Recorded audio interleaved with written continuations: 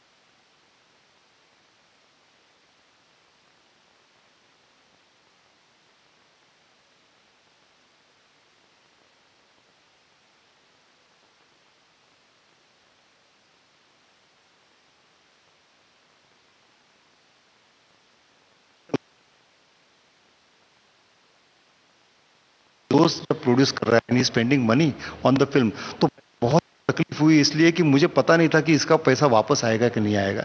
क्या है कि एक डायरेक्टर को कभी कभी आनंद मिलेगा, अरे मेरी एक फिल्म बन रही है, लेकिन उसने भी सोचना चाहिए कि कोई तो आदमी उसमें पैसा लगा रहा है और उसका पैसा वापस तो आना चाहिए, भले उसमें फायदा ना हो। Director can not be selfish and saying कि मुझे अपॉर्चुनिटी मिल रही है, जो चाहिए मैं करूंगा, ऐसे नहीं। तो मुझे बहुत सारा टेंशन था कि ये कैसे होगा। जैसे मुझे पता चला ये बना रहा है, मैंने राजू को बोला ये नहीं बनाएंगे, बहुत ही रिस्की प्रपोजिशन है, तो हम एक कॉमेडी बना देते हैं, मैं कैपेबल हूँ। जैसे कि मैंने एक ड्रामा किया था गेला माधव कुणेकडे मराठी में, उसके 2000 शो हो गए, it was a beautiful commercial play, तो मैं वो कर सकता हूँ, मेरी उतनी कैपेसिटी है। चलो एक कुछ ऐसा बनाते हैं जो it will work in Goa, वो लोगों को अच्छा लगेगा, लोग आएंगे थिएटर में देखेंगे, पैसा वापस आएगा। हाँ, ये कहानी तुम देखो, इसमें थोड़ी सी मुझे दिक्कत नजर आ रही है। ऐसे शायद कोई नहीं कहता, लेकिन वो मैं खुद ही कह रहा था उसको कि मेरी ही कहानी है, लेकिन मुझे लगता है कि इसमें शायद कमर्शियल सक्सेस में दिक्कत हो सकती है। But he was so adamant in good sense, उसने कहा नहीं नहीं ये करना ही है तो करना ही है। Then when we seriously started working, things started happening. जैसे वो कहानी का नाम है के सरा सरा, अच्छा सिनेमाटोग्राफर चाहिए था, तो बोले किसको लाएं, और पैसे के भी सवाल है क्योंकि कोकणी में हम ज़्यादा स्पेंड नहीं कर सकते, उसमें उतनी रिकवरी तो है नहीं, तो सोच रहे थे कि कैसे क्या करें। तो मेरा एक स्टूडेंट है जिसने एक हरि नायर करके एक सिनेमाटोग्राफर के साथ काम किया था, तो उन्होंने कहा कि वो गोवा में ही रहते हैं, उनको मिलते हैं, उनसे बात करते हैं कि देखेंगे क्या करते हैं। तो मैंने कहा कौन है ये सिनेमाटोग्राफर, वो तो नेशनल अवार्ड विनर है। तो मैंने कहा माय गुडनेस, ये हमारी फिल्म में क्यों काम करेंगे, वो तो बहुत सारे शूल जैसी बहुत सारी फिल्में उन्होंने बनाई है। तो कहे बात तो करके देखते हैं, तो वी वेंट और उनसे एक आधे घंटे में उन्हें कहना स्टोरी बताइए आप। तो मैंने 15-20 मिनट में कहानी बताई, तो उन्होंने देखा और कहा कि सिनेमाटोग्राफर के लिए आपने कितना बजट रखा है। तो पेडनेकर ने कहा सर अगर आपको ना कहना है ना तो आप सीधे ना कह दीजिए, हमें कोई दिक्कत नहीं होगी क्योंकि हमें पता है। बोला नहीं नहीं, जितना आपने बजट रखा है सिनेमाटोग्राफर के लिए उसी में मैं काम करूंगा क्योंकि कहानी बहुत अच्छी है।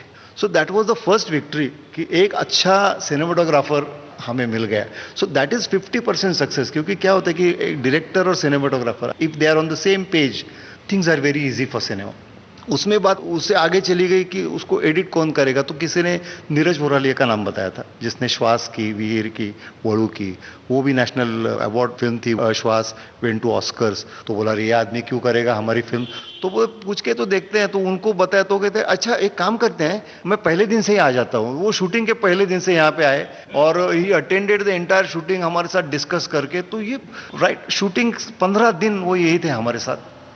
राजीव जी, बातचीत को थोड़ा सा यहाँ विराम देते हैं और एक छोटा सा इंटरवल लेते हैं संगीत का, और आपकी पसंद का गाना सुनवाते हैं अपने श्रोताओं को। मैं बहुत गाने के बारे में, मुझे क्लासिक्स बहुत पसंद है, पुराने गाने। एक लता जी का गाना जो दिल को छू जाए, बहुत ही सेंसिटिव ऐसा गाना, आपकी पसंद का। लग जा गले के फिर हंसी रात हो न हो,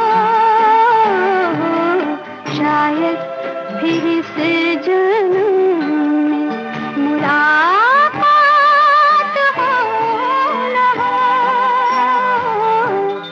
लग जा गले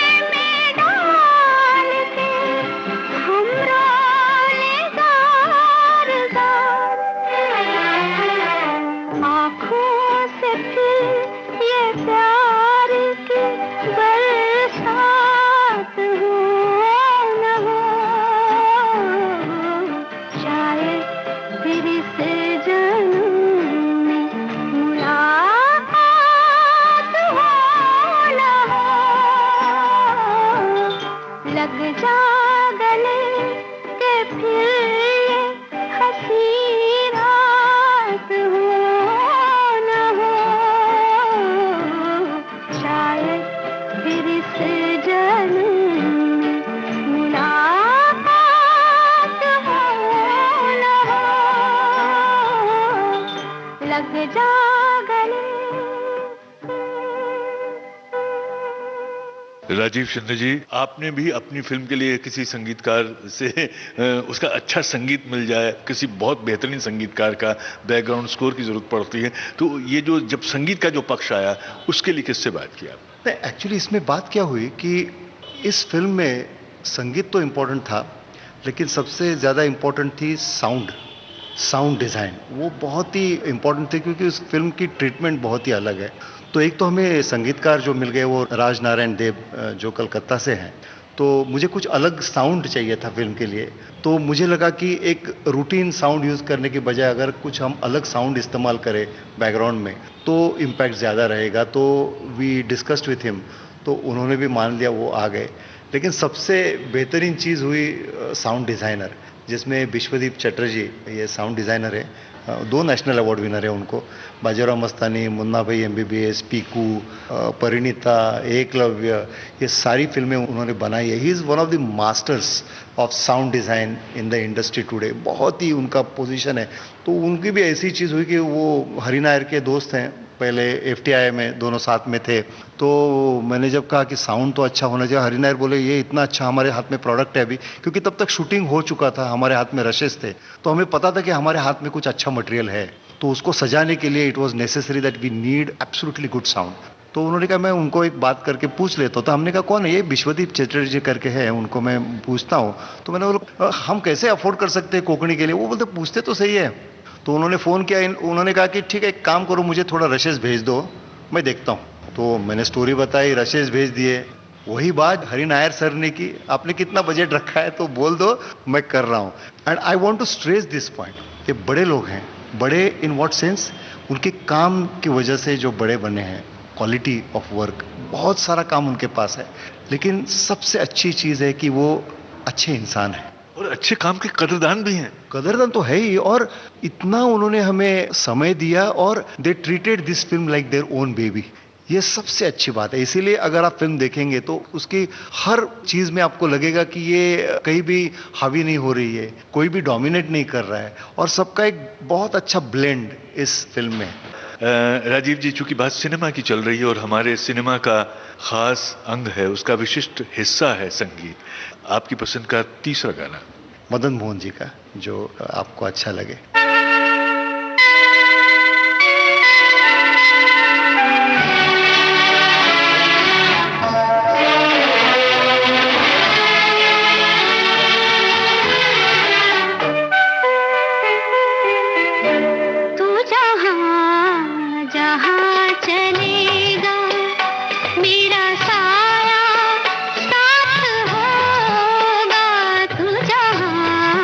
जहाँ चले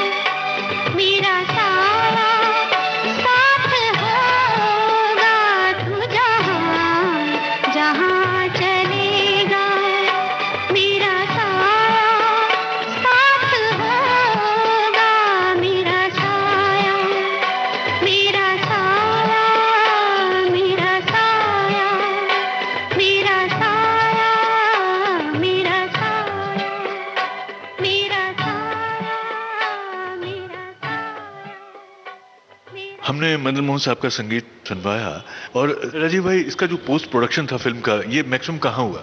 पहला तो एडिटिंग तो हमने गोवा में ही किया, क्योंकि नीरज भाई तो यहाँ गोवा में आए थे, तो पूरा एडिटिंग हमने यहीं पे किया। उसका जो एक डबिंग सेशन था जो हमने गोवा में किया, क्योंकि गोवा में बहुत सारे आर्टिस्ट गोवा के थे तो उनको बाहर ले जाना पॉसिबल नहीं था। पालोमी और राजेश पेडनेकर का डबिंग हमने बम्बई में किया, क्योंकि विश्वदीप सर का स्टूडियो वहाँ पे बम्बई में है और उनका बेस वहाँ पे है। तो actually Vishwadeep sir came to Goa में आके उन्होंने बाकी आर्टिस्ट का डबिंग यहाँ पे करवाया और यहाँ से वो साउंड लेके वो बम्बई चले गए। पालोमी बम्बई में स्थित है, इसके लिए उसका डबिंग वहाँ किया। बाद में फिल्म का जो कलर करेक्शन होता है, कलर ग्रेडिंग होता है, वो चीज़ बहुत ही इंपॉर्टेंट होती है, जिसमें सिनेमाटोग्राफर का सहभाग बहुत ज़रूरी है। उन्होंने किस तरह से शूट किया है, उनका टेक्निकलिटीज़ क्या है, वो जो आर्टिस्ट कलर ग्रेड करता है उनको पता होना बहुत ज़रूरी होता है। तो उनका कोची में सहयोगी था हरिनायर सर का, तो वो कर रहा था, तो हरिनायर बोले कि मुझे भी कंफर्टेबल विथ हिम, तो कलर ग्रेड और ये जो चीज़ें हैं वो वहाँ हो गई। मेरे तो स्टूडेंट्स हैं कॉलेज के जहाँ मैं सिखाता हूँ, उन दोनों ने VFX किया गोवा में बैठ के। उसका जो कुछ विजुअल इफेक्ट्स है वो मेरे विद्यार्थियों ने किया है, उसका मुझे बहुत ही एक गर्व है। क्या बात है। अपने गुरु को एक दक्षिणा दी उन्होंने। हाँ, और दक्षिणा नहीं, मुझे सबसे अच्छी चीज़ वो लगी कि उन्होंने बहुत अच्छे सजेशंस दिए। ऐसे नहीं कि मैं बताऊं और उन्होंने किया, ऐसे नहीं हुआ। तो मैंने उनको कभी कभी चैलेंज दिया, यार आत्माराम मुझे समझ में नहीं आ रहा है कैसा करते हैं, क्या कर सकते हैं सर, ये we can do it this way, we can do it this, options दिए उन लोगों ने। और थोड़ी चीज़ें ऐसी है कि आपको पता भी नहीं चलेगा कि यहाँ पे VFX है, इतनी ताकत से उन लोगों ने वो काम किया है। तो आई एम वेरी हैप्पी कि एक टेक्निकल टीम गोवा में उस तरह की तैयार हो रही है। और बाद में फाइनल चीज़ें बम्बई में हुई, साउंड मिक्सिंग और बाद में जो DCP बनती है वो बम्बई में हुई, वो सब चीज़ें बम्बई में। राजीव भाई इसकी लोकेशंस के बारे में भी हम जानना चाहेंगे, कहाँ आप लेके गए, क्योंकि वो भी एक महत्वपूर्ण भाग होता है सिनेमा का। Goa is such a beautiful place, तो लोकेशन तो गोवा का स्थित है तो कोई प्रॉब्लम ही नहीं था। लेकिन इसमें 2 घर कैरेक्टर्स हैं, यानी जिस तरह से इस कहानी में 2 किरदार है, उस तरह घर भी 2 किरदार है। तो उसमें एक घर है वो एक बहुत ही मिडिल क्लास रिटायर्ड पर्सन का एक घर है, वो तो आप घर देखेंगे फिल्म में तो आपको पता चलेगा, वो अपने आप में ही एक कैरेक्टर है। और पालोमी घोष का जो कैरेक्टर है कि वेरी हाईली एजुकेटेड एलिट एक कॉरपोरेट वुमन है, तो उसका घर भी अपना एक कैरेक्टर है। तो मेरे ख्याल से 2 घर जो है वो बहुत ही अच्छा रोल प्ले करते हैं इस फिल्म में। यहाँ पर आपकी पसंद का गाना एक किशोर कुमार हो जाए, जैसे मेरी भीगी भीगी सी, या ऐसा कोई भी गाना विचुल में। ये गाना बहुत अच्छा है, फिल्म अनामिका का गीत हम सुनवाते हैं।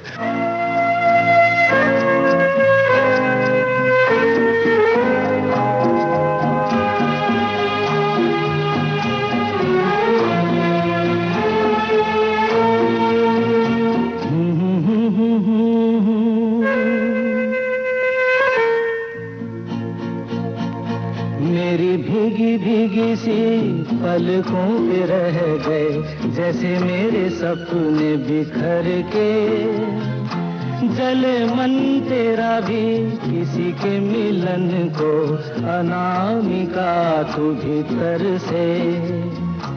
मेरी भीगी भीगी सी, मेरी भीगी भीगी सी पलकों पे रह गए, जैसे मेरे सपने बिखर के, जले मन तेरा भी किसी के मिलन को, अनामिका तू भीतर से। मेरी भीगी भीगी सी।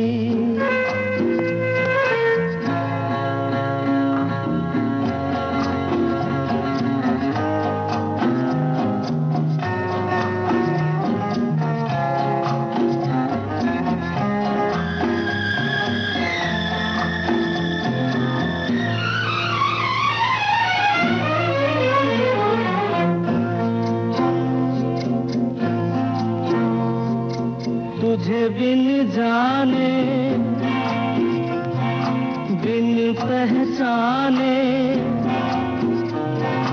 मैंने हृदय से लगाया, तुझे बिन जाने बिन पहचाने, मैंने हृदय से लगाया, पर मेरे प्यार के बदले में तूने मुझको ये दिन दिखलाया।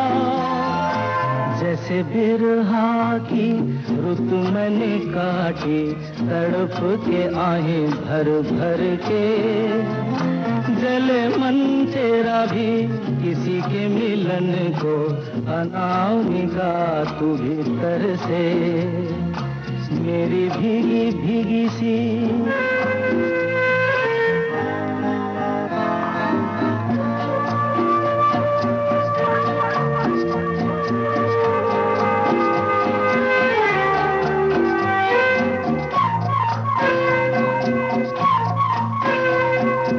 आग से नाता,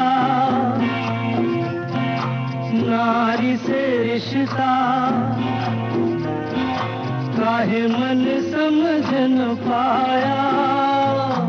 आग से नाता, नारी से रिश्ता, काहे मन समझ न पाया। मुझे क्या हुआ था एक बेवफा पे, हाय मुझे क्यों प्यार आया। तेरी बेवफाई पे हंसे जग सारा, गली गली गुजरे जिधर से। जले मन तेरा भी किसी के मिलन को, अनामिका तू भीतर से मेरी भीगी भीगी सी, मेरी भीगी भीगी सी पलकों पे रह गए, जैसे मेरे सपने बिखर के। जले मन तेरा भी किसी के मिलन को, अनामिका तू भीतर से मेरी भीगी भीगी सी। राजीव जी, हमने आपकी फिल्म के बारे में बात की, सिनेमा के बारे में तो बात होगी, लेकिन आपकी पृष्ठभूमि थिएटर की है। उस पर आने से पहले एक चीज़ और मैं कहना चाहता हूं, क्योंकि मैं भूल ना जाऊं। आपने कहा कि ये कहानी आपने लिखी, तो कविता और कहानी से जो आपका रिश्ता, उसके बारे में जानना चाहते हैं। इसकी आदत कैसे पड़ी? साहित्य के संस्कार भी तो घर से पढ़ते हैं, टीचर हमारे में डालते हैं, तो ये जो था, ये क्या जिस माहौल में थे उसकी देन है? नहीं, ये तो बिल्कुल डिफरेंट बात है। मेरे पिताजी तो आर्मी में थे, उनको कोई सरोकार नहीं था। ये कहानी मैं आपको ऐसे में सुनाऊंगा कि जिससे ये किस्सा पूरा हो जाएगा। तो मैंने कहा कि पिताजी बिल्कुल, मैं उनसे डरता था, पता नहीं चलता था कि ये मेरे पिताजी ड्रामा पसंद करेंगे, मेरा काम करना पसंद करेंगे। तो मैं बहुत ही खुशनसीब था, गोवा में था, वहाँ काम कर रहा था। लेकिन पिताजी रिटायर होने के बाद गोवा आए, मैंने उन्हें गोवा बुलाया था, कहा कि चलो हम साथ रहेंगे, अभी बहुत साल अलग रहे। तो यहाँ आने के बाद अच्छा चल रहा था, और जब वो गुजर गए तो उनका एक संदूक था जहाँ पे वो किताबें रखा करते थे। तो मैंने कुछ दिनों के बाद वो संदूक खोला देखने के लिए, तो क्या है, तो संदूक के नीचे एक फाइल थी। जिस वक्त मैंने वो फाइल खोली, पता नहीं मैं कैसे रिएक्ट करूँ। उस फाइल में वो सारे वर्तमान पत्र के, न्यूज़पेपर के कटिंग्स थे जो मेरे कॉलेज के दिनों से थे। जहाँ जहाँ मेरा कुछ आया था, नाम आया था, मेरा कटिंग था, मेरा फोटोग्राफ था, कहीं कहीं पे मेरे रिपोर्ट्स आए थे ड्रामा के, वो सब उसमें इकट्ठे किए हुए थे। उन्होंने कब किए मुझे पता नहीं। तो मुझे लगता था क्यों मेरे पिताजी मुझे क्यों नहीं अप्रिशिएट कर रहे हैं, सब लोग मुझे वाह वाह कह रहे हैं, लेकिन उन्होंने ज़िंदगी में कभी नहीं कहा कि मैं बहुत अच्छा काम कर रहा हूँ या मैं बहुत सक्सेसफुल हो गया हूँ, या कभी नहीं। अच्छा, क्या वो ड्रामा कम थे क्या, या फिर बाकी कुछ अच्छे नहीं होंगे लोग, इसके लिए तुम्हें मिला होगा, नेवर। लेकिन ये जो लास्ट आखिरी में जो मैंने फाइल देखी, उस दिन मुझे पता चला कि क्या हम एक दूसरे को सच में पहचानते हैं क्या। और मेरी जो मौसी जिसके साथ मैं रहता था, वो वर्षा देसाई और दादा देसाई, जो मेरे अनदर पेरेंट्स फॉर मी, उन्होंने इतना सहयोग दिया। रात को लेट आना है, ठीक है, कितने बजे, 2 बजे, 3 बजे, तो वो गैलरी में रुकती थी मेरे लिए खाना परोसने के लिए। तो इतना उन्होंने मेरे लिए सैक्रिफाइस किया है। तो मैं सोच रहा था कि अगर मैं ड्रामा में कुछ करूंगा तो ये मैं क्रेडिट उनको देता हूँ, क्योंकि उन्होंने मेरे लिए बहुत सहा। उन्होंने बिना बोले अपना सारा आशीर्वाद आपके लिए उड़ेल दिया था उसके जरिए। उस पिता के नाम, मतलब आपके बाबूजी के लिए हम एक गाना सुनवाएंगे श्रोताओं को, आपकी पसंद। एक फूल दो माली का गाना। शायद मैं जो उनके मन में था वो मैं पूरा करने की कोशिश कर रहा हूँ। शायद कुछ हुआ है, देखते हैं इस गाने से। आइए सुनते हैं।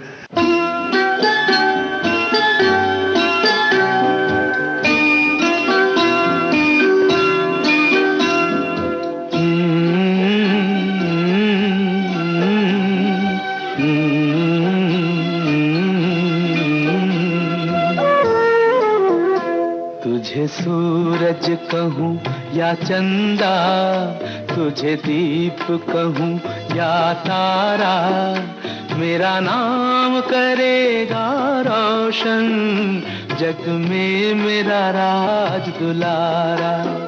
तुझे सूरज कहूँ या चंदा, तुझे दीप कहूँ या तारा, मेरा नाम करेगा रोशन, जग में मेरा राज दुलारा।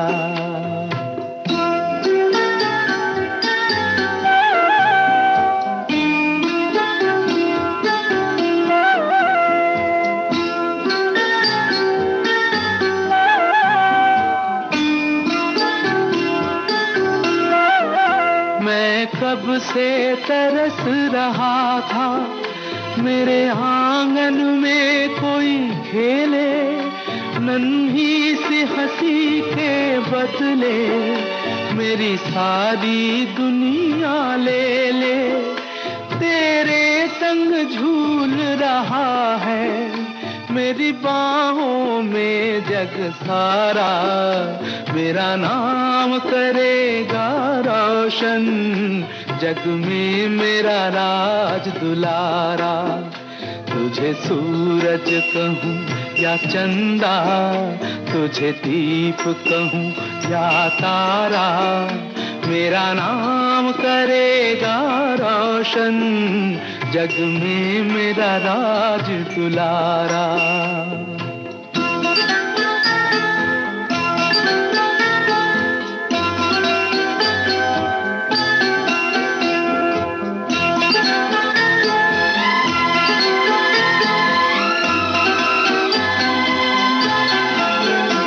आज उंगली थाम के तेरी तुझे मैं चलना सिखलाऊं, कल हाथ पकड़ना मेरा जब मैं बूढ़ा हो जाऊं। तू मिला तो मैंने पाया जीने का नया सहारा, मेरा नाम करेगा रोशन, जग में मेरा राज दुलारा।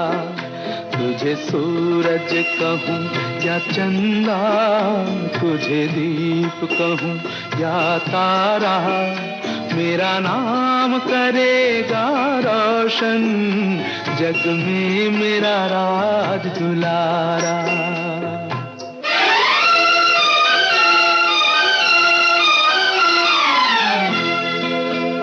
मेरे बाद भी इस दुनिया में जिंदा मेरा नाम रहेगा, जो भी तुझको देखेगा तुझे मेरा लाल कहेगा, तेरे रूप में मिल जाएगा मुझको जीवन दोबारा, मेरा नाम करेगा रोशन, जग में मेरा राज दुलारा।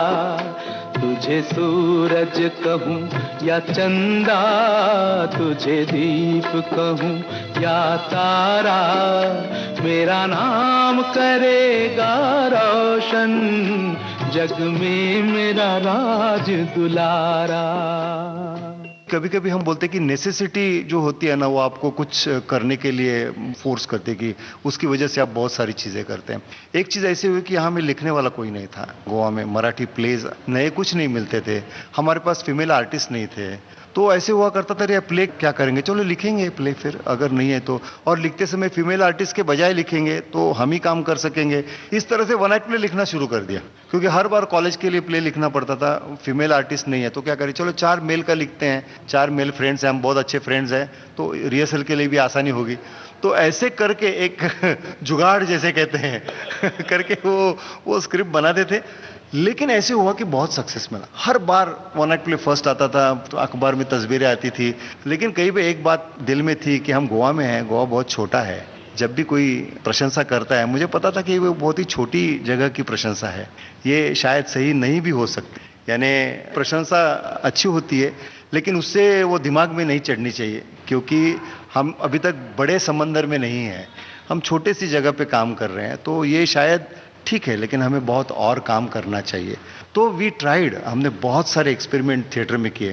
तो एक जो हमने प्ले किया था कर्ता कर्म क्रियापद, जिसमें 45-50 आर्टिस्ट, वो बहुत बड़ा एक्सपेरिमेंटेशन था। वो यहाँ पे फर्स्ट आ गया, वो महाराष्ट्र में गया, महाराष्ट्र में अराउंड विदिन 300 प्लेज वहाँ पे फर्स्ट आ गया। तो वो that was a turning point in my life. उससे मुझे कमर्शियल थिएटर में एंट्री मिली, जहाँ से फिर अपूर्णांक, गेला माधव कुणीकडे, थोडंसं लॉजिक थोडंसं मॅजिक जो मैंने रिसेंटली किया, सो वो सारे प्लेज उसी की वजह से हो गए। और लगता है कि वो जो हम पे जिम्मेदारी थी कि अरे प्ले नहीं है, नया कुछ नहीं है, क्या बोलते हैं, नेसेसिटी की वजह से जो हमने बनाया वो आज काम आ रहा है। उससे ये हो गया कि बहुत सारी चीज़ें हम खुद करने लगे, क्योंकि things were not available to us. Rajiv भाई, लोग बोलते हैं कि भाई थिएटर बहुत ही पावरफुल चीज़ है, क्योंकि आपका एक तो एक्सप्रेशन का माध्यम आपके पास मिला हुआ, आप तो पहले से ही जनता के करीब हैं, दर्शकों के करीब हैं, फिर सिनेमा की ज़रूरत क्यों पड़ी आपको? मैं तो सिखाता हूँ, मैं कॉलेज में ये सब्जेक्ट सिखाता हूँ, तो मैंने टेक्निकल नो हाउ तो मुझे पहले से ही है फिल्म का। और उसके पहले मैंने थोड़ा काम फिल्मों में किया है। मैं असिस्टेंट आर्ट डायरेक्टर था तो बम्बई में, टीके देसाई नाम के आर्ट डायरेक्टर थे, उनके साथ मैंने काम किया है। लेकिन वो सब छोड़ के मैं गोवा वापस आया। 2-3 फिल्मों के मैंने कंप्लीट ड्राइंग्स और ग्राउंड प्लान्स मैंने बनाए हैं। तो वो छोड़ के मैं गोवा आया क्योंकि मुझे टीचर बनना था। मैं थोड़ा सा हैरान हो रहा हूँ कि लोग अपनी सारी चीज़ें छोड़ करके, अच्छी खासी नौकरी छोड़ करके, सुख सुविधाएं छोड़ करके, चीज़ों से निकल के उसमें जिसमें सुख सुविधा नहीं है, बल्कि ये कहूँगा मैं, सुख सुविधा नहीं है, बहुत साधारण सी नौकरी, सारी चीज़ें छोड़ करके बड़ी जगह जाना चाहते हैं। और फिल्म से बड़ा माध्यम उनको लगता नहीं, उनको लगता कि ज़्यादा पैसा, ज़्यादा ग्लैमर, ज़्यादा नाम है। लेकिन आप वो ग्लैमर की दुनिया, ज़्यादा पैसे वाली दुनिया, ज़्यादा वाली दुनिया छोड़ करके वापस जो इस तरफ, ये थोड़ी सी हैरान करने वाली बात। वो सब मेरे दोस्तों ने मुझे बहुत गालियाँ दी जब मैंने छोड़ा सब, बहुत गालियाँ दी। बम्बई में मेरे बहुत सारे फ्रेंड थे, बोले तू क्यों ऐसे कर रहा है, you are destroying your life. वो भी चीज़ ऐसे हुई कि मैं गोवा में आया था, मुझे 10 दिन का गैप था बीच में। कॉलेज में गया तो कॉलेज में पुराने दिन याद आए, मेरा थिएटर का ग्रुप यही था, सब दोस्त लोग थे। तो मेरे जो टीचर थे गुरु यहाँ के कॉलेज के, वो बोले तू कॉलेज में आ जा, हमें बहुत कॉलेज को डेवलप करना है।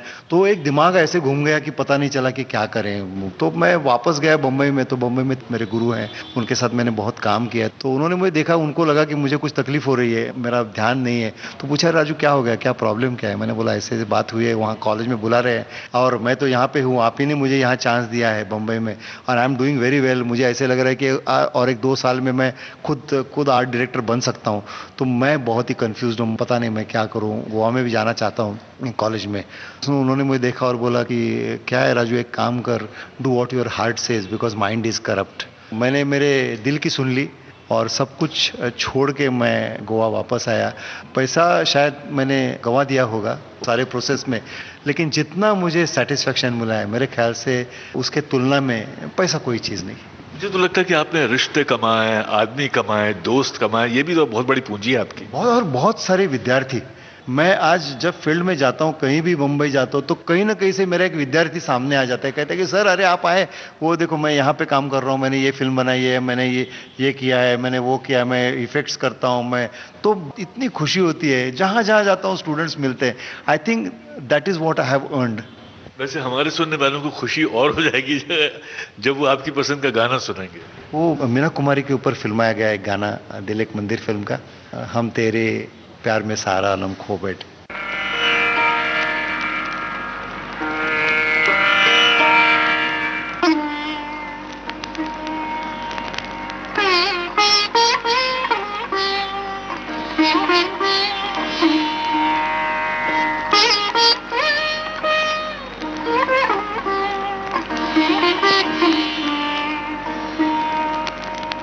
हम तेरे प्यार में सारा आलम खो बैठे हैं, खो बैठे। तुम कहते हो कि ऐसे प्यार को भूल जाओ। हम तेरे प्यार में सारा आलम खो बैठे हैं, खो बैठे। तुम कहते हो कि ऐसे प्यार को भूल जाओ। हम तेरे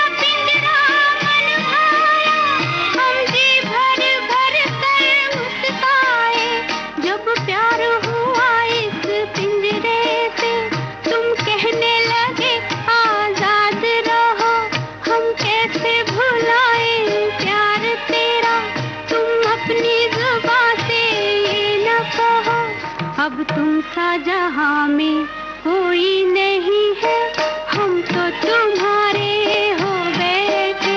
तुम कहते हो कि ऐसे प्यार को भूल जाओ, हम तेरे प्यार में सारा आलम।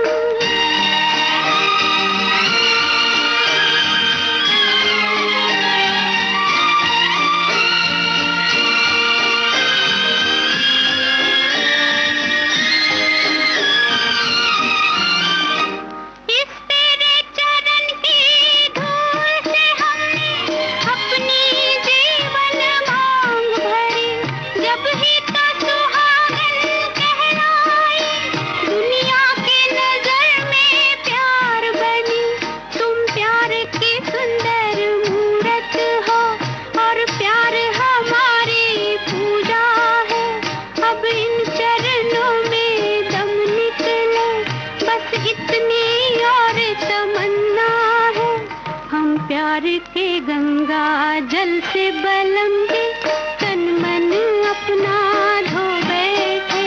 तुम कहते हो कि ऐसे प्यार को भूल जाओ, हम तेरे प्यार में सारा आलम।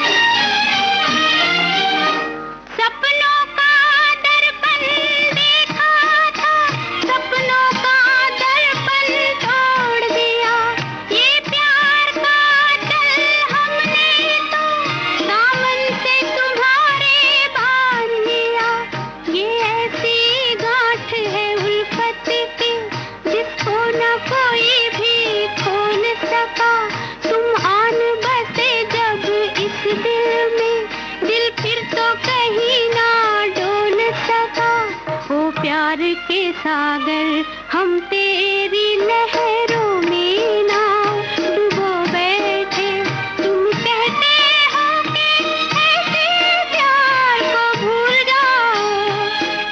जाओ, हम तेरे प्यार में सारा आलम खो बैठे हैं, खो बैठे। वैसे अभी तो आलम बदला हुआ है हमारे आसपास का, और आलम बदलने में फिल्मों की बहुत बड़ी भूमिका है, उस पर आएंगे।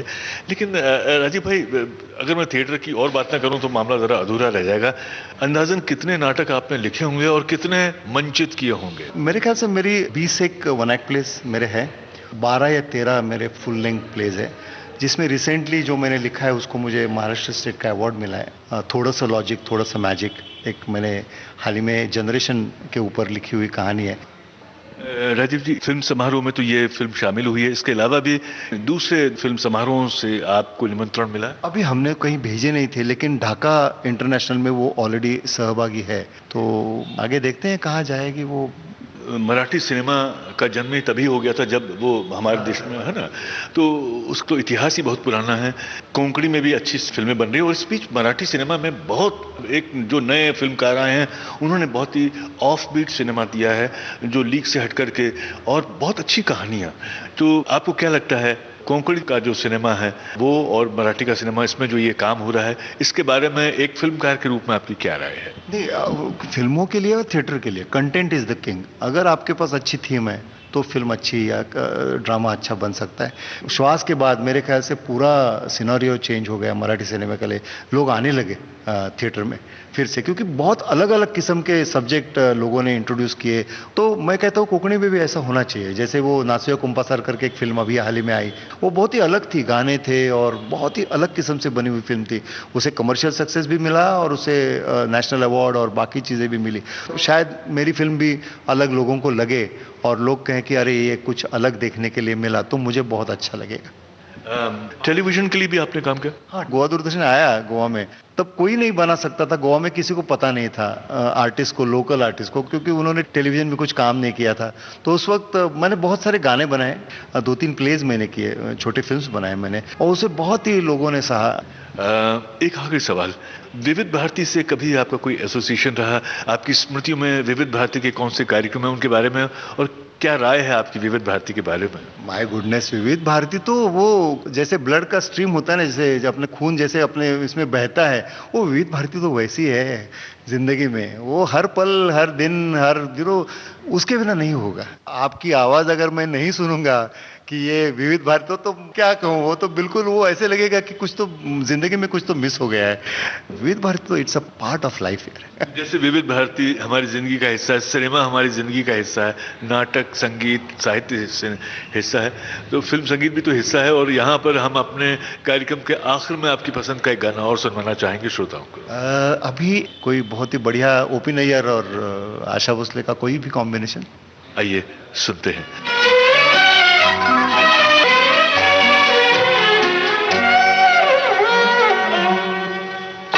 आज कोई प्यार से दिल की बातें कह गया है, मैं तो आगे बढ़ गई, पीछे जमाना रह गया है राम। आज कोई प्यार से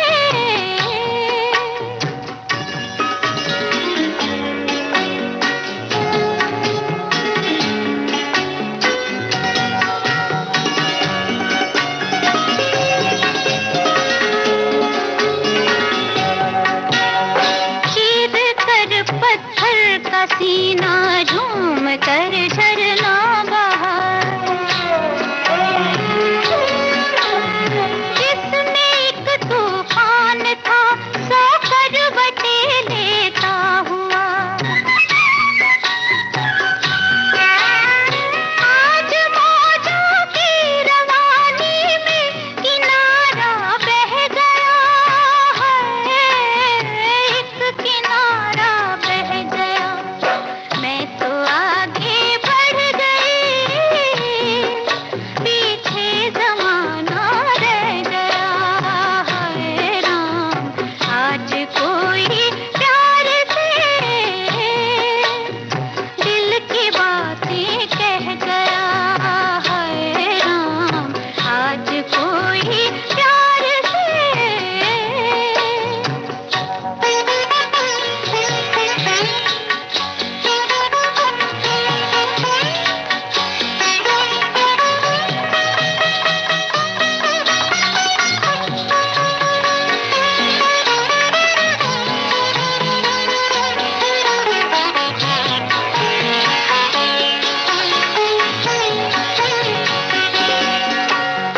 उनके होठों पर हंसी